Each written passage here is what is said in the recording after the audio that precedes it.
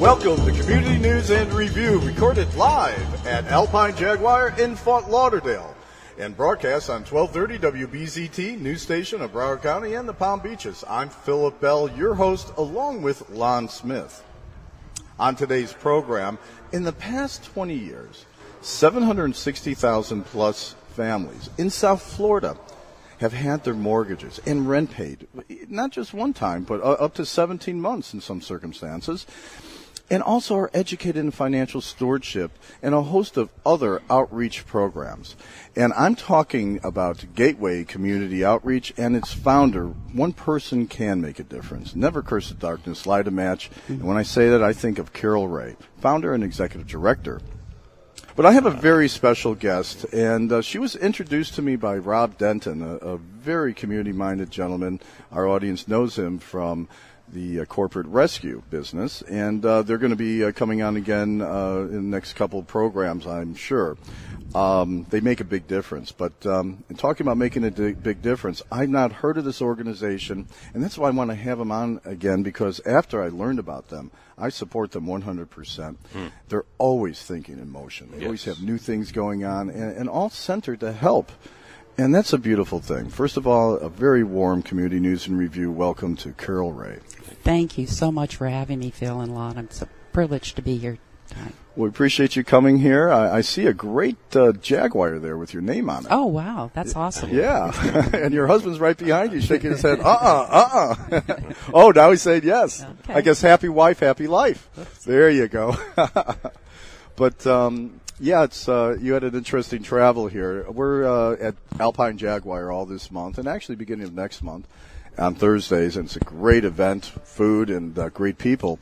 And it's funny because I've had someone else who made the same mistake, who went to Zimmerman Building, which is right in front, another landmark. Right. And it's funny, they didn't know about the radio show, did they, at Zimmerman? No, they did not. I should have told them, yeah, we're setting up right now. Yes. But in all seriousness, we're glad that you made it. And 20 years ago, you had an idea. And I'm going to call it your baby, and you have a beautiful baby. And that's the programs that we're talking about. And I want our audience to understand, you were just one person who had an experience in fundraising and nonprofits, and you came up with this idea. And what was the real inspiration? What was the reason behind this organization 20 years ago? When I saw so many different people in need and coming to the different churches and everything and asking for help, I decided that perhaps we as a church or individuals could do something more to bring help to these people within the church and people that were not in the church. And so I went to the senior pastor and I said, I'd like to do a food drive. And he said, go ahead, Carol. And I did, and I collected 2 cans of corn.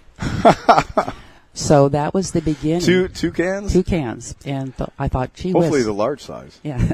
Well, what am I going to do with these? And I give them away. Yep. So that was the beginning of wanting to really, really help people and help to feed them, clothe them, and all the different things that we need to do. And so was the beginning. And you're kind of like a Tom Sawyer because people want to be part of your dream. And you bring them in, just like Tom Sawyer to paint the fence. They all want to do something, and they want to be helpful, and you give them an outreach. Now, I know that you are still looking for more volunteers. Absolutely. That is always needed to expand and keep the resources up, too, as well as corporate sponsors as well. I know that, again, from a lot of name brands like TD Bank, right, as well, one of your corporate sponsors, and of course the great organization, Rob Denton has with Vince Arnett, Corporate Rescue, and a host of other organizations. So you have established yourself. These are serious companies, and they don't put their money into organizations or their time that don't make a difference. And I know a majority of the money that you raise goes for the cause, and that's a beautiful thing. Our listeners have maybe a problem, or maybe they have a relative or a friend that has a problem, and they're listening. The process is they would call you first, call your organization, possibly yourself even. I mean, you're hands-on. And perhaps they were laid off. Perhaps they had the financial struggle. Perhaps it's a single mom trying to make ends meet, and she just can't because a medical thing happened and so forth. The process is, it begins with a phone call, I assume, or they can walk in, or both. They can call our main building, which is 954-725-8434, and then we set them up with the closest site. We have 7 sites in Broward County. Wow. And the closest one to them is where we set them up to do their point of entry, where we do case management and evaluation and assessment and all these different things. Then, if they're needing extra help from the office, like rents and mortgages or whatever, Right. our intake workers let them know how to get a hold of us, how to call us, how to make an appointment, and they send them, and we make an appointment at the office to do extra things for them. So their file is seen every week. Their progress is, we take notes and everything else every week.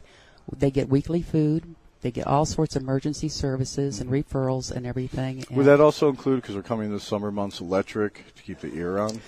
We can work with FP&L to work with them to keep their lights on, and it's not where we can pay for them for that particular bill, but we definitely can make the way for them. Sure, you're like an advocate. Correct. From that standpoint. From the phenomenal growth within your organization, I assume, like other organizations, the beginning of the month is the best time to contact you because by the end of the month, the money's all gone. I'm assuming. You tell me. Well, we do a budget each month, but we also know that there's certain circumstances that come up where the person and the people are coming forward and they need the extra help, so we go and we dip into our next month's budget. So wow. Whatever it makes to make it work, whatever we have to do to make it work, or call other agencies to partner with us. We have churches that come in and they'll sometimes help with rents and mortgages too. Definitely, I want to explore that. Lon has a question. Go ahead. Right, Lon. Carol, I know you have a great responsibility of stewardship of all the funds that come into the organization. How do you prevent the professional non-workers that come in, that's their career, going around from church to church, ministry to ministry, getting handouts? How, if it is possible, do you help narrow that down? It's hard sometimes with our own files within our own sites. Everybody gets a printout of who goes to what site within our own organization. As far as in the county, we're hooked up to Broward County CMS system. And so we can run these files through to see where else that individual is going. And so we can curtail that very early in the process. Now, primarily your resources are geared for Broward County, or is it the Tri-County people that are listening in Palm Beach? It's all of our funding comes for Broward County, with the exception of one fund that we get for our site up in Green Acres, which is in Palm Beach. Yes. So you can help those in Palm Beach, or West Palm Beach, if you will. And then I can't picture people in Palm Beach coming to you, but hey, it can happen. Well, it happens. Yeah. It really does. It has. I shouldn't be a snob. But you could always use more funding as well. So from that standpoint, what do you do to raise funds other than twisting the arms like a TD Bank or a corporate rescue?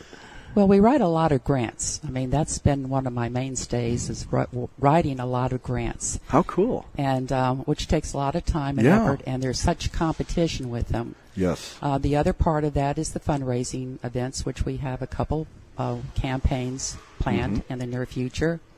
And putting the word out there about us, and people like you and Lon having people like us on your show really is very, very helpful. Well, I would like to introduce you to Damian Polgar from Alpine Jaguar. What makes them very unique is they don't spend any money on marketing.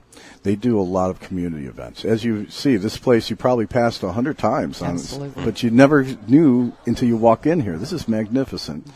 And I do want to, and we will introduce you to Damian Polgar for any future networking or fundraising and so forth, because that's what they do.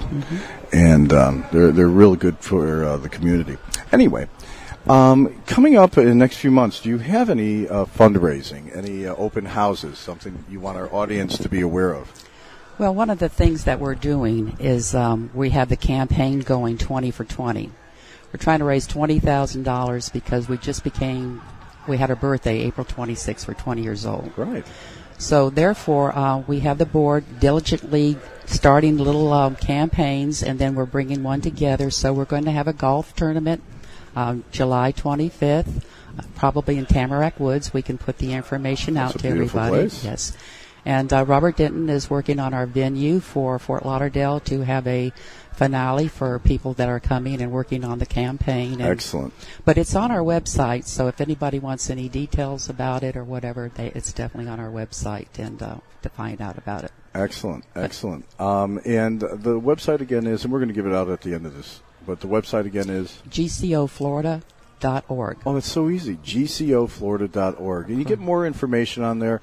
And I sincerely encourage those that are struggling, because there's still a lot of people out there still struggling, and working 2 jobs and so forth. And, sometimes bad things happen to good people. And it is a test of character. But you have been able to pick up the pieces and help so many families. And what's cool is that old philosophy, you give them a fishing rod, they have a meal for life. Well, you also do what I call financial stewardship. Right. And I want our audience to understand, what does that mean? What are you talking about financial stewardship? Is it like keeping a checkbook? You tell me. Well, when everybody comes in, they're put on a treatment plan, and they have to abide by it in order to stay in their program. We partner with Consolidated Credit Counseling Services, and they have been tremendous. They come in and do seminars for us. They do webinars for our people. So it's about budgeting. It's about learning how to purchase your house for the first time. Oh, really? For people that have been the hardest hit with something, they lost their job and everything, that's when they have grants to pay up to 17, 18 months for their mortgage payment. Wow. But they're talking about all the elementary parts of budgeting, and then the classes move on with greater and better things. And so the people are educated in this on a consistent basis. Well, we really only have 5 minutes left, and I applaud that effort. I mean, I remember home economics in high school, and I don't remember them teaching me anything really economics. I know we bake cookies. I believe, Carol, on one of our conversations, you had mentioned something about if they don't walk the line on budgeting, keeping it in control, not letting the credit cards go upside down again. You have some encouragements on that or control? Well, what we have is one of our board members has a company that handles and works with credit also. So he can come and talk to the people on a one-to-one or do a small mini seminar for them. We watch their income and expenditures all the time because this is reported weekly on what's going on. Great. The whole program is one of compliance and grace. If they do not comply because they don't really want to do the work, then we have the grace to tell them that they cannot be on the program. Well, that makes sense. You know? Yes, excellent. So, I'd like to say one thing that's really important to me. From the heart, I just need to say that all of us at one time or another have really wanted to reach out and help somebody somehow. Okay. It's not just about us in Gateway. It's about all of us as a community coming together, networking, learning about these things to help these families get back on their feet, be a part of society again, working and feeling very valuable in what they're doing. Right. And we use motivators to help the people become motivated to do this. And I would just like to put out a challenge to the public out there to be a part of human society, of what we need to do in our precious community. Well, it is a revolution, and you can be part of the solution. Many of us see the homeless people who hold up the signs, I work for food. We always wonder, you work for food, or is it actually going to be alcohol or drugs? But everybody does want to help. I believe the good in everyone, every single one of us. Absolutely. Absolutely, completely. But we only have just a couple of minutes left before we give out the contact information again. But it's as simple as putting a little away every single week. So eventually you have saved up at least 3 months of reserves. That's rule of thumb from any financial book I ever read, is they say that you should have at least 3 months of reserves. But a lot of people can't do that because of their day-to-day commitments, financial problems, if you will. Not drugs, not alcohol, just family. Some single moms have 3 or 4 kids.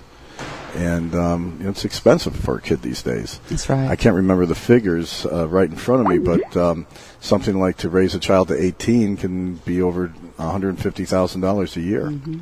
I wish we had more time, and I want you to make sure you get those announcements as well. And Rob Denton and Vince Arnett will be coming back on again. I'd like to bring you along with them because of their support. Great. Mm-hmm. But I want our audience to have the contact information, and because this is drive time, and we're right now looking out at 95, and I can see it's a parking lot. Mm-hmm. Don't grab your pen and paper. It's easy to remember.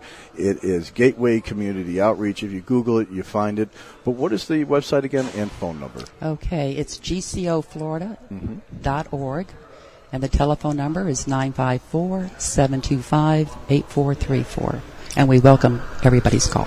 Absolutely. And not just if you need to help, but if you want to help. That's exactly. You can make a difference, and this is a viable opportunity to really make a big difference. Mm-hmm. Listen, we stand on many shoulders, and I'm a big fan of yours as well. I mean that. And before we go, it's funny because you're so well known. I've talked to others, and then even one of our guests, you actually know him, Dr. Bernstein. Yes. And it's funny because he asked me, well, who have you had on the show? And about 2 weeks prior, we had you. And I said, well, we had community. Oh, Carol Ray. I said, yeah. Oh, she's a great person. She's my patient. Mm-hmm. So it's a small world, Carol. Yes, it is. It is. Well, we thank you so much. I look forward to having you on again. Hang out because we got some great stuff coming up. You've been listening to Carol Ray from Gateway Community Outreach, a great organization, actually home-based in beautiful Deerfield Beach. We are broadcasting here live to tape at Alpine Jaguar. You see them right from 95 in Cypress Creek. It's really got to come in, and they'll even give you some free coffee. It's like a Starbucks downstairs, their service center. Good. And I'm Phil Bell, along with Lon Smith. Good to be with you all. And we're going to be